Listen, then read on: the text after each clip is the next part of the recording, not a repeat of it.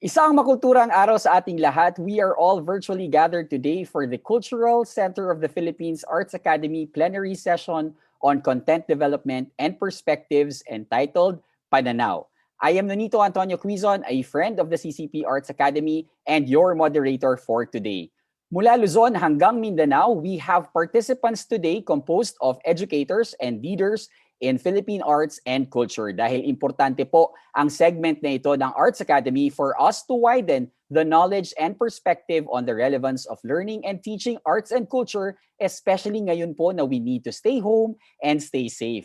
This plenary will ultimately benefit the students in our communities na bubuo sa ating susunod na henerasyon. And in order for us to reach a wider audience, this session is available po on the Philippines Cultural Center of the Philippines official Facebook page and the CCP Arts Academy Facebook page. For those joining us in this session here in Zoom, you may use the chat box to share your insights, comments, and questions. And for those who are joining us on Facebook, please do hit the like button, use the comment section for questions and other insights, and also do share this video para mas dumami pa po ang matuto dahil punong-puno po ang ating session today. So, we have four hot topics that will be presented by some of the country's leaders and movers in culture and arts education. May we acknowledge our panelists? We have four: Dr. Lordinio Vergara, we have Ms. Eva Marie Salvador, we have Professor June De Leon, and we have Sir Dennis Marasigan. Ayan. Mamaya po silang lahat ay ating mapapakinggan. At isa sa mga tanong natin ngayon ay, kamusta na nga ba ang arts education sa Pilipinas? Ano na nga ba ang mga ginagawa for the professional development of our teachers in the arts? And our first two speakers this morning will shed light to these questions. And we begin with our very first speaker. He is currently the Vice President for University Relations and Advancement and concurrent OIC of the University Curriculum Management and Instructional Materials Office of the Philippine Normal University, or PNU.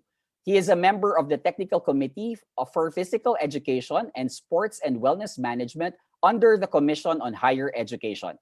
He is a curriculum writer, trainer, and consultant for K-12 PE program of the Department of Education and served as Executive Council member of the National Committee on Dance of the National Commission for Culture and the Arts.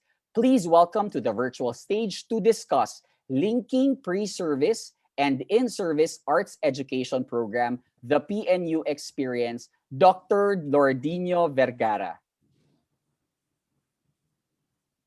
Hi, hello everyone. Good morning. Magandang umaga po, Dr. Lav. Hello, my dear. Thank you so much. I'm so happy to see you again. Opo, I'm so happy to see you also. Dr. Lav, so marami na po ang gustong malaman kung ano po yung PNU Experience. So take it away po. Okay. Thank you. Thank you so much. And again, my sincerest appreciation to the Cultural Centers of the Philippines, especially the Office of Ma'am Eva Salvador and Sir Ronnie, and the entire team of the CCP Arts Academy for inviting me. It's a very nice topic given to me by CCP just to provide our teachers, our participants today about what's really happening now at the pre-service and in-service components of teacher education. And based on our experience at Philippine Normal University, I'm giving you initiatives on how we provide and continue for the development of arts education teachers and programs, particularly for the pre-service and in-service training program. Next slide, please. So my presentation will focus on four major points. One is I'll start with the mandate of PNU as the National Center for Teacher Education and as a specialized university that focus only for teacher education and teacher preparation. Also, I'll just give you briefly what are our programs for the arts education at the Philippine Normal University and looking into how we establish the link for pre-service and in-service program and our initiatives no continuing efforts of the Philippine Normal University to support DepEd, to support CHED, and to support other stakeholders, particularly the Cultural Center of the Philippines and the National Commission for Culture and the Arts. Next, please. So some of you here, maybe some of our participants here are graduates of Philippine Normal University, and others are basically, they know Philippine Normal University. But I'd like to begin this presentation as as PNU, as provided by the Republic Act number 9647, an act designating the National Center for Teacher Education at PNU as the National Center as the country's National Center for Teacher Education. So we are 120. This coming September 1, we're celebrating our 120th founding anniversary, and we are committed for the development of pre-service teachers, responding to the call of DepEd as number one provider of top quality graduates of the country in terms of teacher education. So with that as mandate, can we have the next slide, please?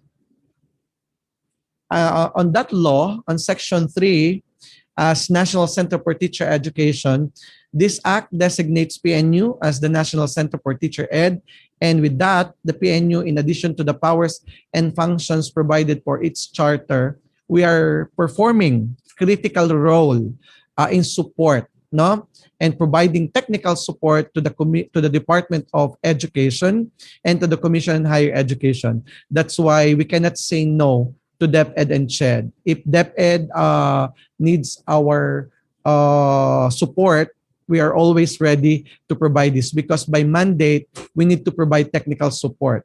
So that support will provide programs and projects that chart policies and recommendations on teacher training, number one, teacher education, continuing professional development of teachers, and academic supervisors and other teacher education curricula. That is our mandate. Ito po ang aming role na ginagampanan as a state university and as the leading teacher education institution in the country. Next slide, please. So in response to that, we need to respond to DepEd's needs. So we have existing policy now. I listed 1, 2, 3, 4, 5, and 6 policies. So number one is the Republic Act. So the implication of this Republic Act to DepEd will be an integral to its mandate. We need to provide support for DepEd in terms of programs that chart primarily policies and continuing professional education of teachers and school leaders. We have also the DepEd Order 42, Series 2017. This is the national adoption and implementation of the Philippine Professional Standards for Teachers, which I'm going to discuss clearly later in the presentation. So with that, the implications to this is that PPST now became the core of all DepEd system on performance and quality.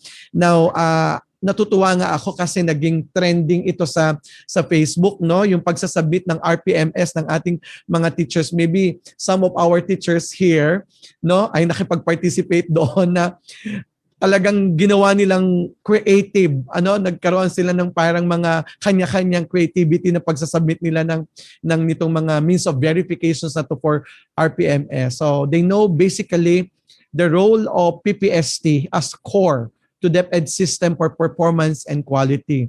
Also, we have also the response to the National Educators Association of the Philippines Transformation Study, which is provided by our Research Center for Teacher Quality in the University of PNU. So we have provided DepEd Order number 2019 on the implementation of NEAP transformation. I will be discussing this later to you. And others may be familiar about this order. So the implication of that to DepEd system is that the professional development of teaching personnel is managed by the NEAP. I think I made mention about this to Ma'am Eva and Sir Ronnie, on how NEAP streamlined all professional development of teacher, which eventually as an initiative, we will be looking more closely with regards to this, your participation to the CCP Arts Academy that can be translated to a credit or credentialing for this National Educators Association of the Philippines. I will be discussing that later. Then we have the DepEd Order series of 2019 on the professional development priorities for teachers and school heads. We have also PPST now for the school heads and the supervisors. So the professional development program are mapped across the department. So this is what we need. All professional development of teachers should be mapped according to the standards. So that is one thing that we need to consider, like ito rin yung napag-usapan namin ni Ma'am Eva about this matter. And the last policy is DepEd Order 001, Series of 2020. This is the guidelines on NEAP recognition of PD programs for teacher and school heads. Ito yung sinasabi ko. There are only 5 agencies. Only PNU as a state university are provider by the National Educators Association of the Philippines that will go through the process of accreditation and program recognition. This is where the link will happen. And this is where how major stakeholder like the CCP and teacher education institution like PNU will come in. Okay? So these are our response as a mandate by the Republic Act as National Center in support to the Department of Education. Next slide, please. So, what are we doing now in PNU? No, long before my college program in PNU, before coming to PNU, PNU has a strong and very strong arts education program. Nakapag-produce na kami ng isang national artist in the likes of Severino Montano, who is the pioneer for theater education at PNU, the likes of Natic Rami Rogers, the likes in the dance program like Mami Belmonte, Dr. Larry Gabao. For music, we have Gloria, Dr. Gloria and Garcia.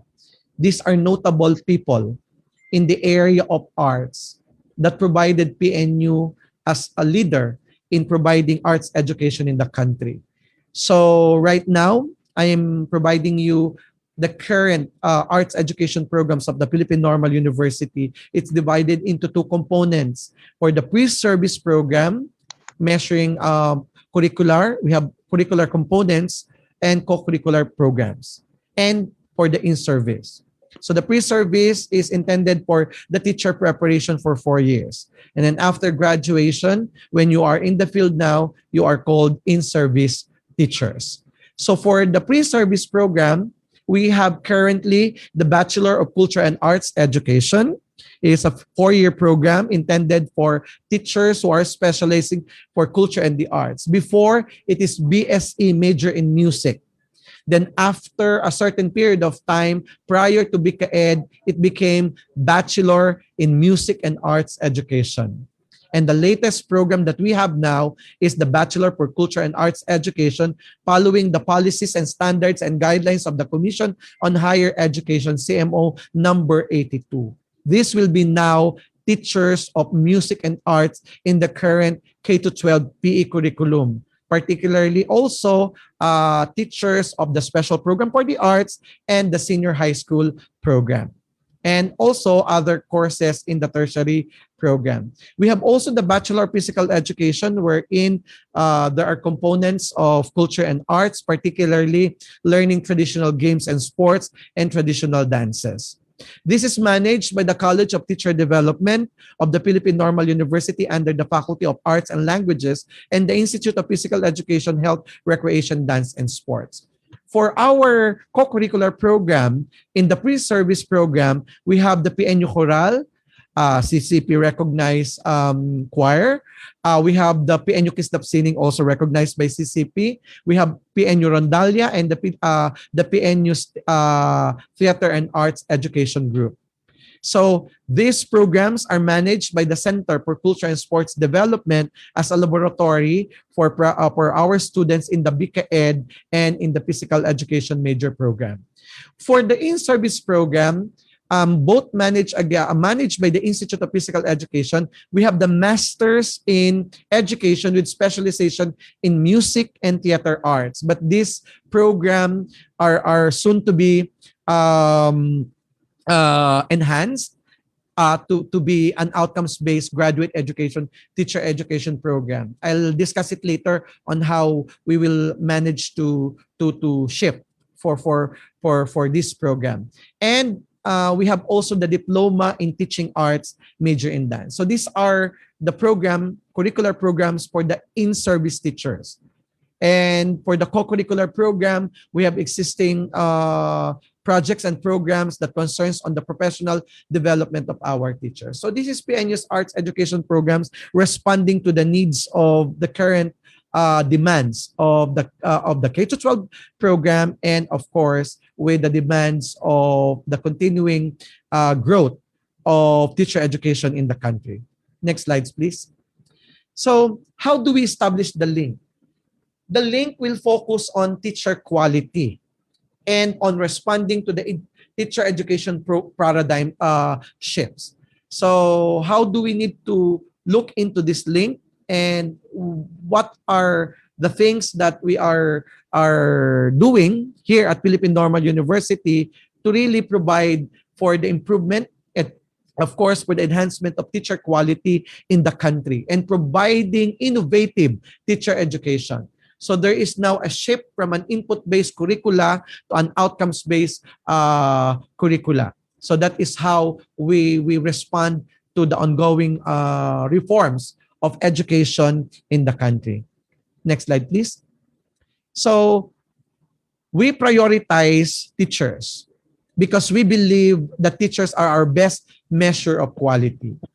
The demands given by the National Direction on Education provided policies of DepEd, the Commission on Higher Education, and even TESDA.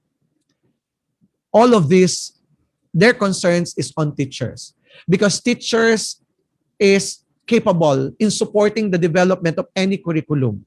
They are the implementers of the curriculum. Teachers realize national goals through the classroom. Our ambition 2040 of magkaroon ng maginhawang buhay ang mga tao will provide and realize these programs on the national level. Teachers pa rin ang magkakascade niyan to the very core, okay, of our curriculum and education. Implementation of national policies which have direct link to the children, it is always teachers. And how are we going to measure, provide the best gauge of quality is still teachers. Kaya talagang ang focus natin dito is really on teacher quality. Next, please. So, the paradigm shift on teacher education in the last 3 years, as I have mentioned, focused on standard-based curriculum provided by the Philippine Professional Standards for Teachers or the PPST. Before it was called NCBTS, the National Competency-Based Teacher Standards. And this is on teacher education, the PSG, the CMO, provided by the Commission on Higher Education. We also shifted from input-based to outcomes-based teacher education program. And that is our CHED directions. And the last that we have now is the CMO 15 for graduate programs. Can we have the next slide? So this is how we develop our beginning teacher in the pre-service. We have standard delivery provided by regulations, system of training and practice, and guided implementation as monitored by the Commission on Higher Education. But there is a close collaboration between DepEd and CHED and through the Teacher Education Council. The Teacher Education Council plays a very important role on the collaboration between DepEd and CHED because DepEd is the one needing expectations for our in-service teachers. So CHED as an agency that concerns and governs the policies for higher education will provide quality teachers to DepEd in order to have a quality beginning teacher. And the quality beginning teacher focus on the pre-service program. If we have a very good 4-year program, pre-service program, we can measure that what we are providing to DepEd are very good teachers. Next, please. So where is the link? The link will be here between the pre-service and in-service in terms of getting the bachelor's degree for 4 years and with the licensure examination for teachers. So this licensure examination teacher is the passport of our teachers to the in-service. So the link will be the standards on how we're going to capacitate the continuing professional development as provided by PRC. So DepEd will recruit after taking the board exam of all those qualified teachers in the beginning program. DepEd will get it, and then gradual induction provided by the civil service, and then the continuing professional development. So the link now between pre-service and in-service will be provided by the standards. There are other ways on how we can see the link. But in the case of PNU, our initiative focus on strengthening teacher quality through the PPST or the standards. Next, please.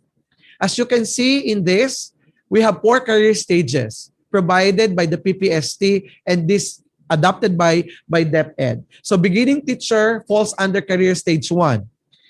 Career stage 2 are called proficient teachers. Career stage 3, itong mga proficient teachers na to, they are highly independent teachers na. Highly proficient teachers on career stage 3. And career stage 4 is distinguished teachers. So for career stages, the education and development opportunities for career stage 1 is given by CHED and PRC. No? Kung makikita nyo sa career stage 1. And our PSG is anchored primarily on various features, K-12, New Gen Ed course, the PQF, Philippine Qualification Framework, the outcomes-based, the PPST, UNESCO, and competency framework teachers in the ASEAN. But after career stage 2, 3, 4, the continuing professional development will happen na. So DepEd, CSC, and PRC will play a very important role in the collaboration. And that's embodied in the PPSC. This is where the link will happen. And this is what I want sana na ma-realize ng PNU and CCP about the Arts Academy program in providing continuing professional development of teachers. Next, please. So this is the teacher professional development framework. No, you have the career pathing of stage 1, 2, 3, 4. So the teacher education entry will be coming from the teacher education. Those institutions of higher learning offering Bachelor of Culture and Arts education and provided teacher requirement for recruitment and hiring ng DepEd after taking the board exam. Eto na sila. Because the career stage 1 are provided for 3 years for their professional growth. They will be rewarded in terms of their compensation. That's why they're providing their RPMS, the means of verification, because that is where teacher certification at careers 2, 3, 4, and the head teacher position. I think it's on the pipeline na, and crossing fingers for our teachers na magkakaroon na ng teacher 4, 5, 6, 7. And other plantilla items for the professional development of teachers because of this framework.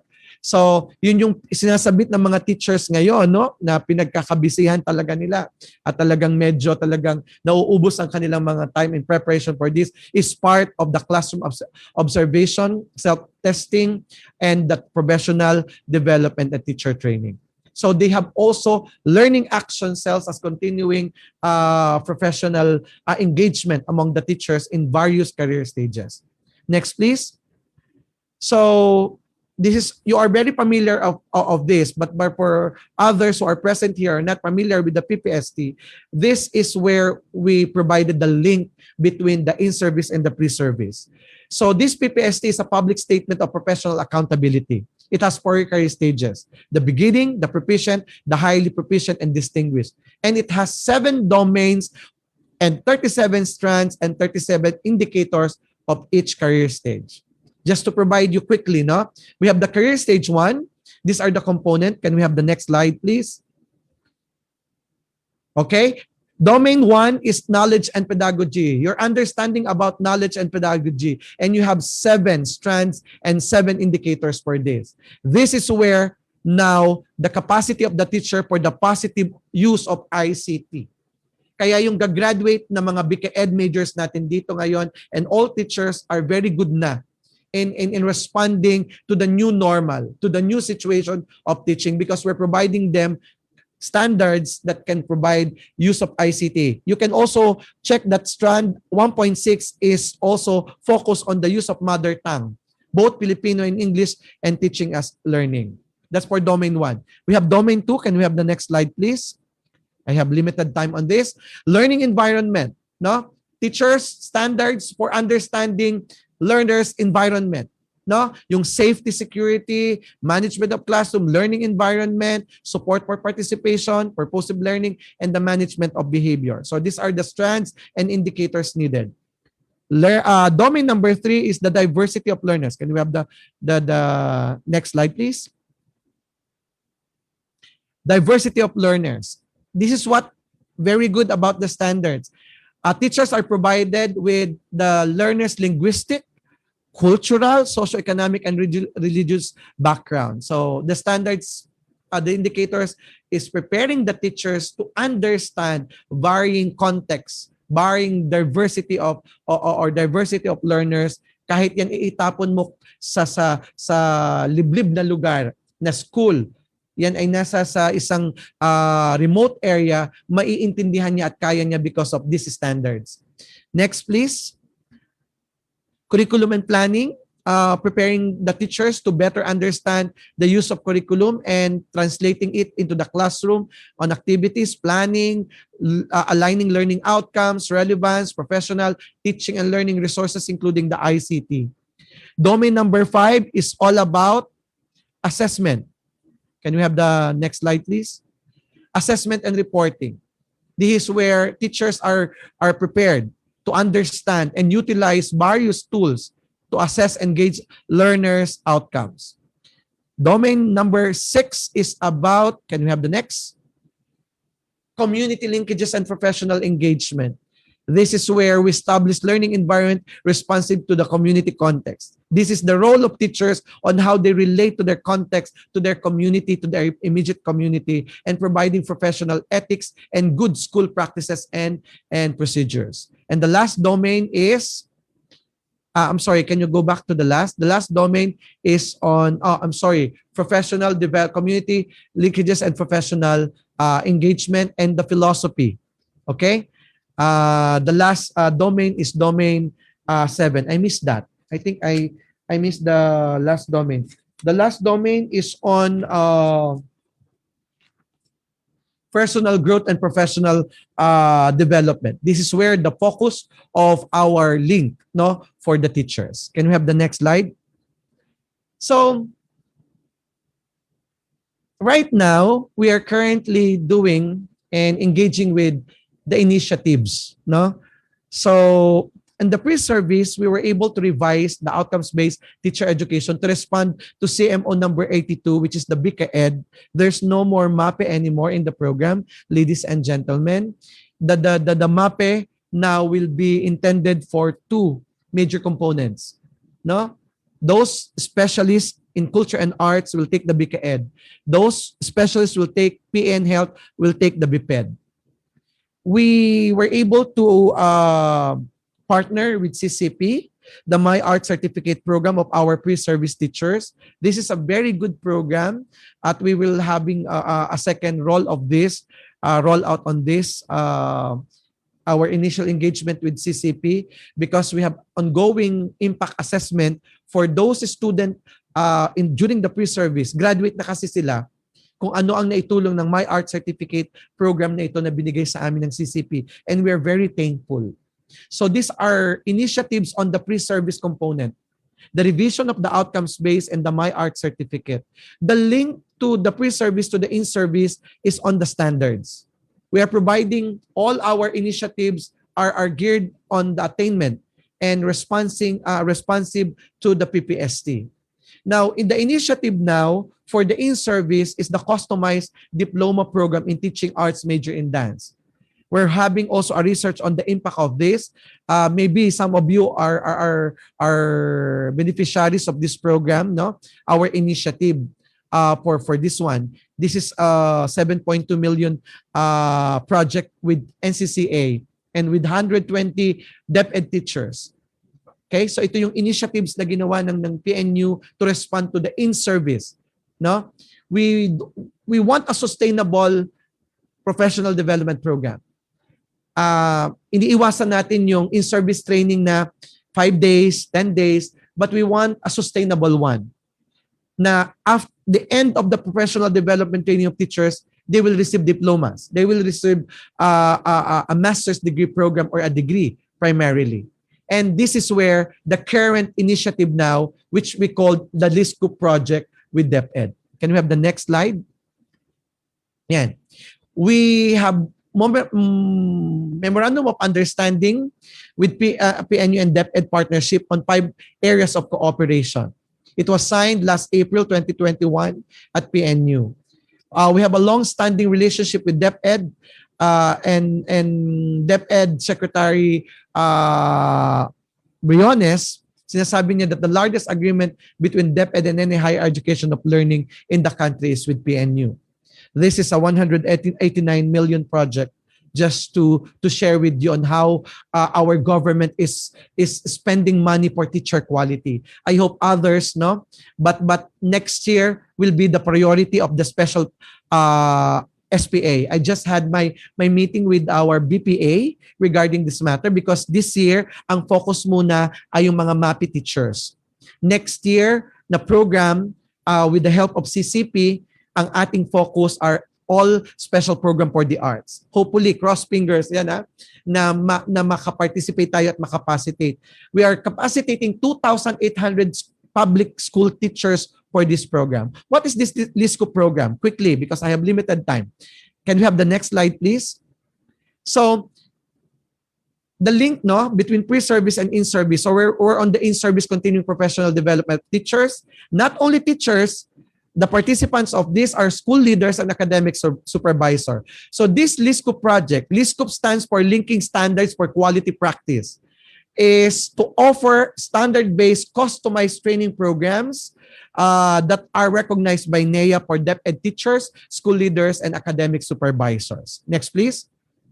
So we want to have a continuing education of our personnel engaged with quality practice. So the gap of linking theory to practice ay maiwasan.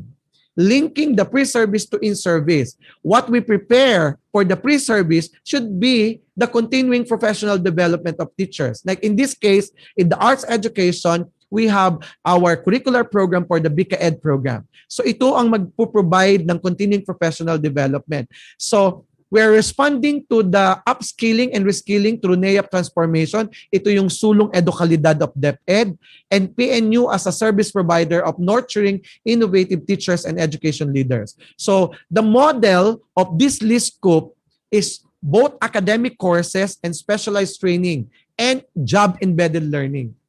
Hindi na ito yung in-service training na 5 days and after 5 days, gone. What we are developing for teachers here is papasok sila sa PNU, they will take certain diploma, and after taking the diploma of 24 units, they will proceed to our research program with embedded job learning and specialized focus training, and end in 2 years a master's degree in a specific discipline. So for education leaders and supervisors, for a PhD program. Next slide, please.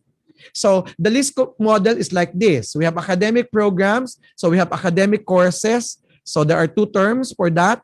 Then we have the training covering special topics. And then the job-embedded learning. Ang approach is experiential. This is not the traditional coursework. No? So we are shifting now to that direction. And then after that, they have 80 hours in 2 months for training, covering different special topics. So what we are providing for this program for this year is 12 master's program, 8 doctorate programs, 2 executive programs, and 2,820 participants. This will start this September. This is our major initiative. Now, if you're going to ask me, sir, kasama na po ba kami dyan? Ang next cohort nito ay kayo na. no? Yung SPA. Ngayon ay ang makukuha pa lang muna natin na ibinigay na cohort ng DepEd sa akin are PE MAPE teachers na 50 cohorts. Next year, my priority for this program is the SPA, the Special Program for the Arts. Ikakausapin pa daw ang NEAP, kakausapin pa ang DepEd para ma-provide sa ganitong condition. Next, please. So, 3 more slides. 3 things that matters most in top school system. This is according to McKinsey. 1, getting the right people to become teachers. Sad to say, there are medyo, alam naman natin ang conditions with the result of PISA, with the result of teams. No? Kaya ang tutok natin ay sa teachers. Marami pa ring teacher education institutions sa bansa at yan ay kinikilala na may mga datos ang PRC na way below performance rating ng national passing. So yan ang tutok natin. I believe also with McKinsey, that getting the right people to become teachers is one best thing. Then giving it to CHED, to SUCS and higher education institution, developing them into effective instructors. And then, of course, ensuring that the system is able to deliver the best possible instruction for every child. Next, please. So, how important is the role of pre-service teacher education in ensuring that the reforms we've started in the field will be effective and sustainable?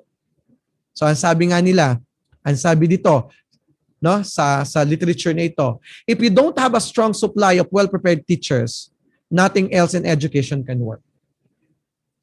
That's why all of our initiatives as the National Center for Teacher Education is focused on teacher quality. We have a critical role. PNU has a critical role of providing teachers. Dahil wala naman kaming ibang courses na pinoprovide. It's only teacher education and teachers. So we believe that if we don't have a strong supply of well-prepared teachers, nothing else in education can work. And the last that I can share with you is that, can we have the next slide, please? Sabi nga ni McKinsey rin, the quality of an education system cannot exceed the quality of its teachers. Thank you so much. Again, I'm so happy and it's also a pleasure working with the Cultural Center of the Philippines, and I'm thanking the leadership of the CCP in this pandemic. Tuloy ang sining, tuloy lahat ang mga ginagawa natin. At kaisa niyo po kami, ang Philippine Normal University, sa lahat ng adhikain natin, lalo na sa pagpapaunlad ng sining at edukasyon sa ating bansa. Maraming salamat po sa inyong lahat.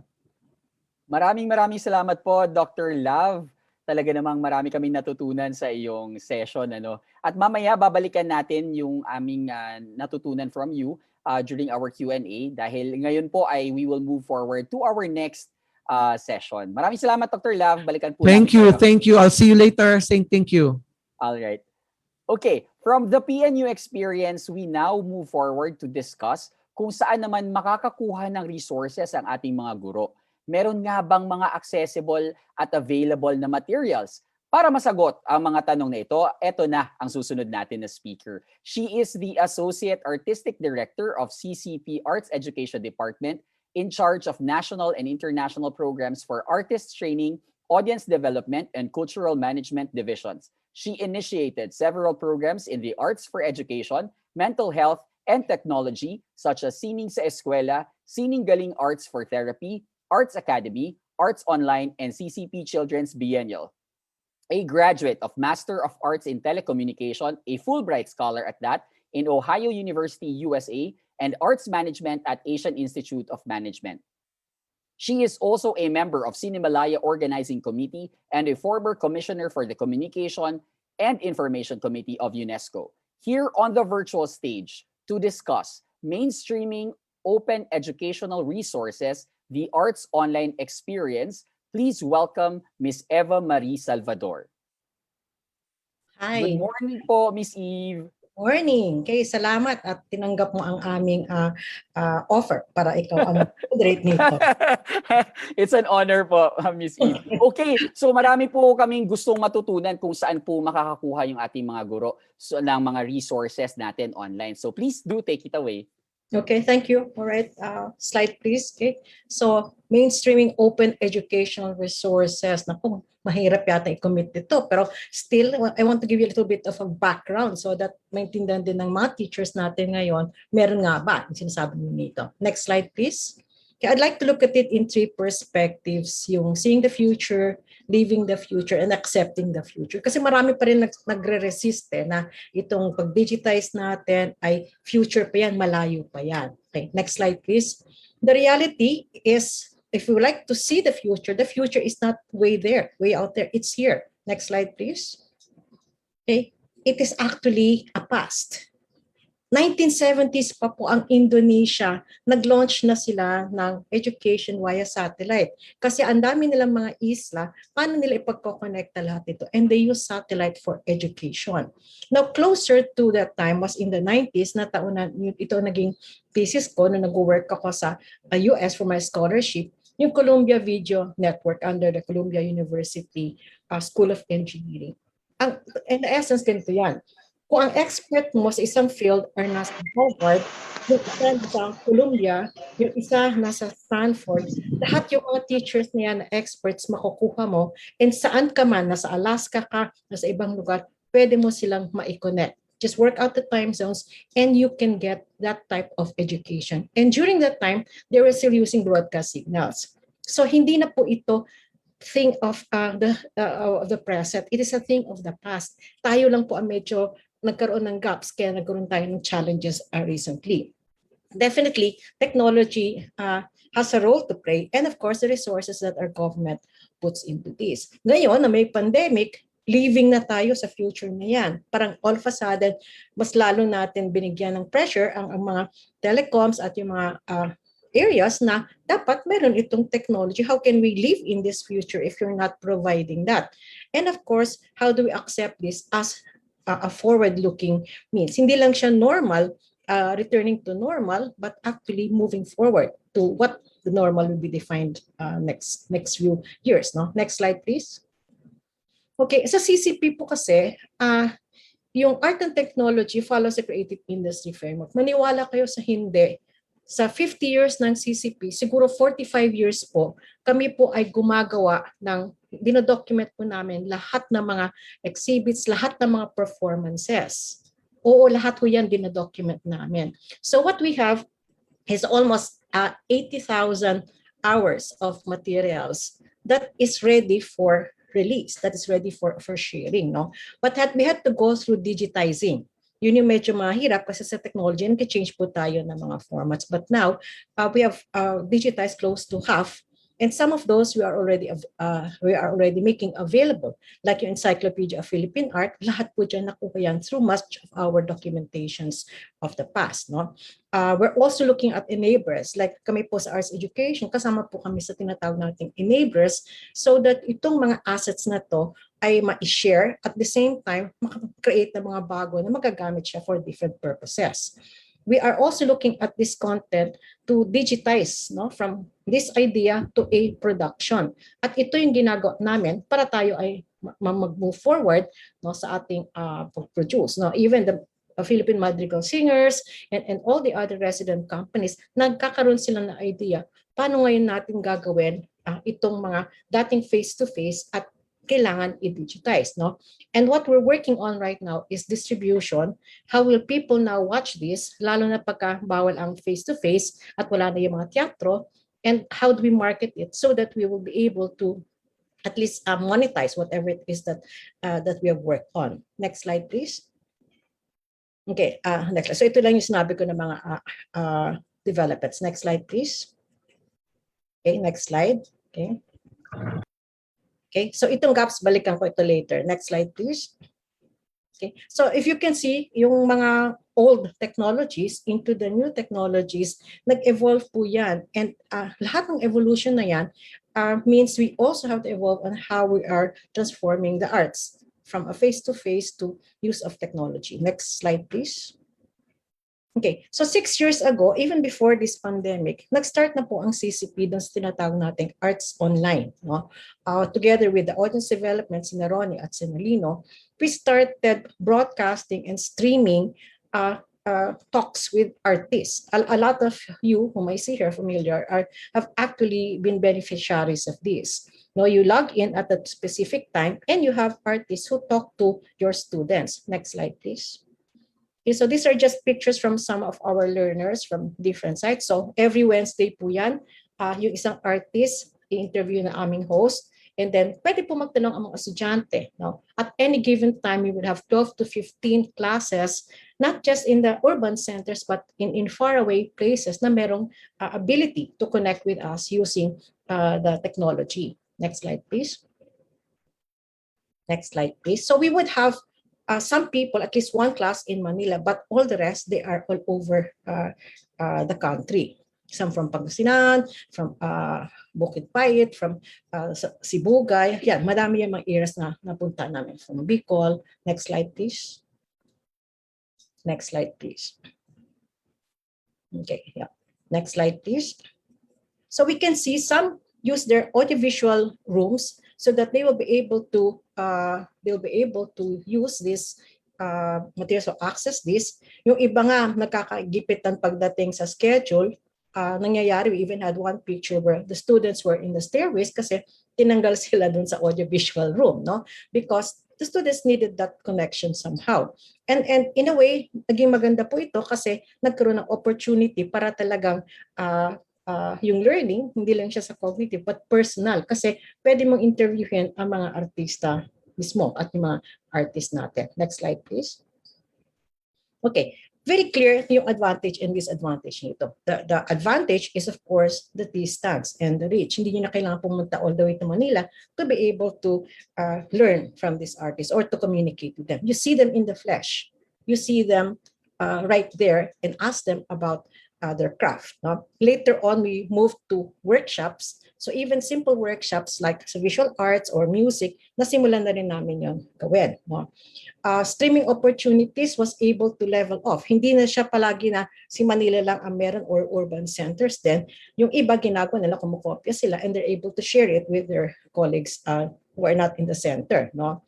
It liberalized production, especially now, no? Na hindi na lang siya kailangan na meron kang sophisticated equipment para magawa mo ito. Ngayon, especially now, pwede ka na with your mobile and how you'll be able to shoot using these materials. Okay. Of course, very strong siya sa cognitive learning. Kanina, si Lord, nabanggit nga niya na malakas dito yung first way to learn about basics na pwede mong ituro the way you would teach, let's say, in a class. No? And of course, direct to artist kind of learning. And then multiple points of engagement. Kasi pwede rin, there was a time we had one class asking another class, nagkakaroon ng comparison kung paano nila pinapractice ang isang aspeto ng singing. Of course, the disadvantage is because the technology is developed mostly in the urban centers, that yung mga tao sa region, sa mas malayong lugar na walang connectivity, nagkakaproblema.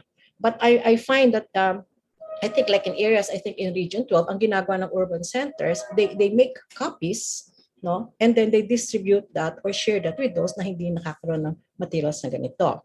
Of course, you're very dependent on bandwidth. That's why sometimes you guys also have a hard time receiving that. Kami din, nagkakaroon din kami ng difficulties niyan. And of course, it is dependent on gadgets. No? Nababanggit ng iba, paano kung modular lang at wala silang gadgets?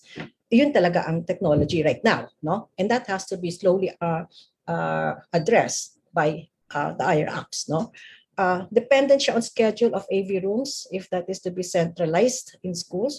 But if you are in your homes and you have the technology, wala kang AV room na pinag-uusapan. No? Of course, the disadvantage is experiential learning. Okay, how do you teach the performing arts? How do you talk about singing together? No? Iba yun eh. Like how do you teach acting when you do not see each other? It's all by, paano kung madelay yung isa, hindi siya makasagot agad. So there is that technology that still needs to be addressed. No? And of course, artists' connection with the regions, medyo may difficulty pa sila minsan na mag-connect, especially when it comes to certain references that's more urban-centered. Next slide, please. Okay. Then nangyari si COVID. Okay. Next slide. ito na yung sinasabi natin, yung future, nakala natin malayo pa, actually nandun na tayo. Next slide, please. Okay, so we learn new languages, no? ECQ, MECQ, GCQ, GCQ with restrictions, etc. Nakakaloka, no? But definitely, these were things that confined us to how we were going to teach. Next slide, please. Okay, but CCP's vision, as partially said by Lord, is ang position ng CCP. Sarado ang gusali, sarado ang CCP building, pero bakit tayo kailangan huminto sa sine? So as early as July last year, June, July, we proceeded with many of our programs and really explored how to maximize that. Next slide, please. Okay. Of course, the challenge for us is how do you now convert, okay, the experience of being in a theater to being individually out and watching virtually using your laptops. Next, please. Okay, and the performing arts groups, the live events groups, they were the most affected by the creative industry group. Okay, marami po sa kanila talaga ang nawalan ng trabaho at talaga hindi nagkaroon ng opportunities to help themselves, and because they're very focused on their craft. So we had to find ways so that they could continue on their craft. Next slide, please. Kaya yung pivot namin to digital also allowed many of our artists to shift to education. They saw this as an opportunity to share themselves, kahit na virtually, but to share much of what they're doing. Kasi kung normal seasons yan, wala yung time magbigay sa amin para tumulong sa mga education, sa mga training. Ngayon, marami sila willing, no? Because they are available and they have that opportunity. Next slide, please. Okay. So what was used to be production with so many gadgets and people. Next slide. Okay. Next slide, please. Okay. Ngayon, ganito na. So when we started in June, we started with simple modules, pero lumaki na rin yan later on, and we started to apply certain elements of production by having stage managers, by having broadcasters, para talagang ma-achieve pa rin yung quality na gusto natin makuha para sa mga tao. Next slide, please. Nauso yung green screen, di ba? Biglang ganda-ganda ng background mo, no? Okay. Next slide, please. Okay. So when we continued our arts online, by the time we went to arts online, okay, naging madali yung shift namin. Kasi we started 6 years ago eh. So this time, it was a matter of using the streaming technologies. And ito nga po si Abner, our host, when we did our first 3-4 months, he was in New York kasi he got a scholarship from the Asian Cultural Council. But he was able to continue hosting for us kahit na wala siya. Yun na yung wonders of technology, that you can bring in people to be able to share and to be able to do their work with us. Next slide, please.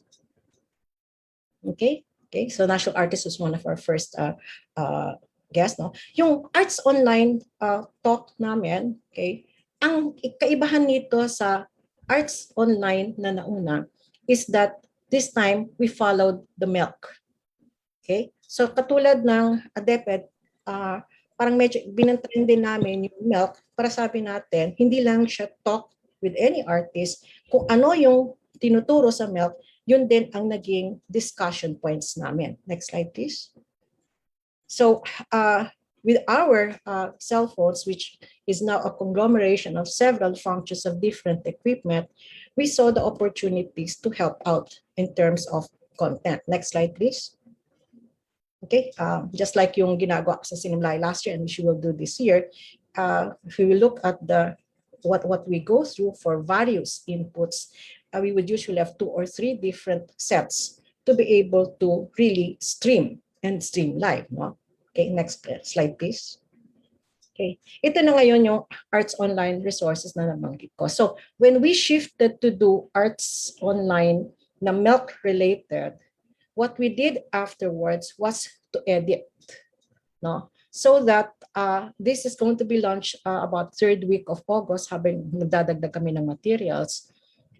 This will be launched in the arts education page. Kaya sana maging friend kayo sa arts education page, mag-like kayo doon, kasi this will become available. So if you click, for example, on dance, tapos nakita nyo yung description doon, according to the learning competencies and according to the MELC, then you can click on that, and then yung talk niya about that particular topic will be discussed. If it is the basics of dance, the experience of this, music, etc., or that, nakapasok po ito dito. So we have over 150 materials that are initially going to be launched. No, we will be adding some more of that as our resources allow it, but that is for you. Okay, we're not charging for this. We also hope that when you are able to either show this live to your students or you wish to download it, basta very clear that it's not for commercial purposes. If it's really just for you to teach, no problem, no? And if you want to download it so that yung kaibigan nyo na nasa wala masyadong magandang connection, edi gamitin nyo, parang yun na nagagamit nila, no? So this is how we're planning to do this. Buo na to, meron lang kami mga graphics na kailangan linisin. So roughly around the 3rd week of August is when we hope to launch this. So tamang-tama kasi nandito kayo sa Arts Academy, by the time you finish, we'll be able to give you the precise link. Doon po siya lalabas sa CCP Arts Education. Next slide, please. Okay. So the last, of course, is ito na yung future natin. This is how they accept the future. No? Next slide, please. Okay. I'd like to put in something that I use in our siningling or arts therapy, which is the stages of grief. No? Di ba? Yung nangyari ang ating itong pandemic at yung kaguluhan at sobrang dami na pinagawa sa inyo ng DepEd, there was idea of denial. Why do we have to go digital? Why do we have to do this? Tapos nagagalit tayo. Ang dami ko nang ginagawa, dadagan pa tayo nito. Pati mga parents, ina-away tayo, etc. And then sometimes we bargain, baka naman pwede, hindi ito or yon. And then at some point, sa pagod na rin siguro, we get depressed. But the ultimate goal is really, after everything else, is there is a level of acceptance that this is going to be our future. Next slide, please. Okay. We know there are gaps. We know capital expenditure is number one. Okay, so we hope that whoever we will elect in the next elections will be friendly to DepEd infrastructure as well as IT infrastructure para talagang mabigyan tayo ng mga opportunities na ganito. But technologies will continue to emerge. Right now, the technology is into hologram. Okay, yung hologram means yung tao, wala siya dyan, pero nakikita mo siya. So if you're going to teach acting, you're going to teach dance, that is the new wave of the future. Okay, and I've seen it in a play. Okay, so in other words, continuous yan, tuloy-tuloy ang mga emerging technologies. Pero paano mo yan gagamitin? And we go to expertise. In my experience sa Columbia Video Network, they were the best experts. Marami silang libro, yung iba isa pa doon, may Nobel Prize, pero hindi marunong magturo sa technology. Hindi niya nagagamit yung time. No? Ngayon lang natin nare-realize, hindi pala ako pwede mag-meeting na 8 hours a day. Ay, hindi pala pwede. Ang learning pala natin, dapat 4 hours lang and then you have a gap, something like that. So those are changes that we need to adjust so that we learn quite well. No? And the reality is, matagal ang learning delivery environment natin. And of course, the inequality of access. Not everybody else has that access. Even though nagbabato kami ng signals so that anybody can access that, unfortunately, pagka umulan, pagka talagang mababa ang signals, hindi natin makukuha. But it will reach the stage that it will. No? And there's still, of course, the purists with the resistance of experiential versus mediated. But I still think that in the future, that is not going to be a problem. There are things that you can teach, and there are things that you cannot teach. So definitely, we just have to segregate what can be taught and find other ways to allow yung mga experiential opportunities. Next slide, please. So in mainstreaming the technology and the online resources, malaking bagay na the education system's direction is moving towards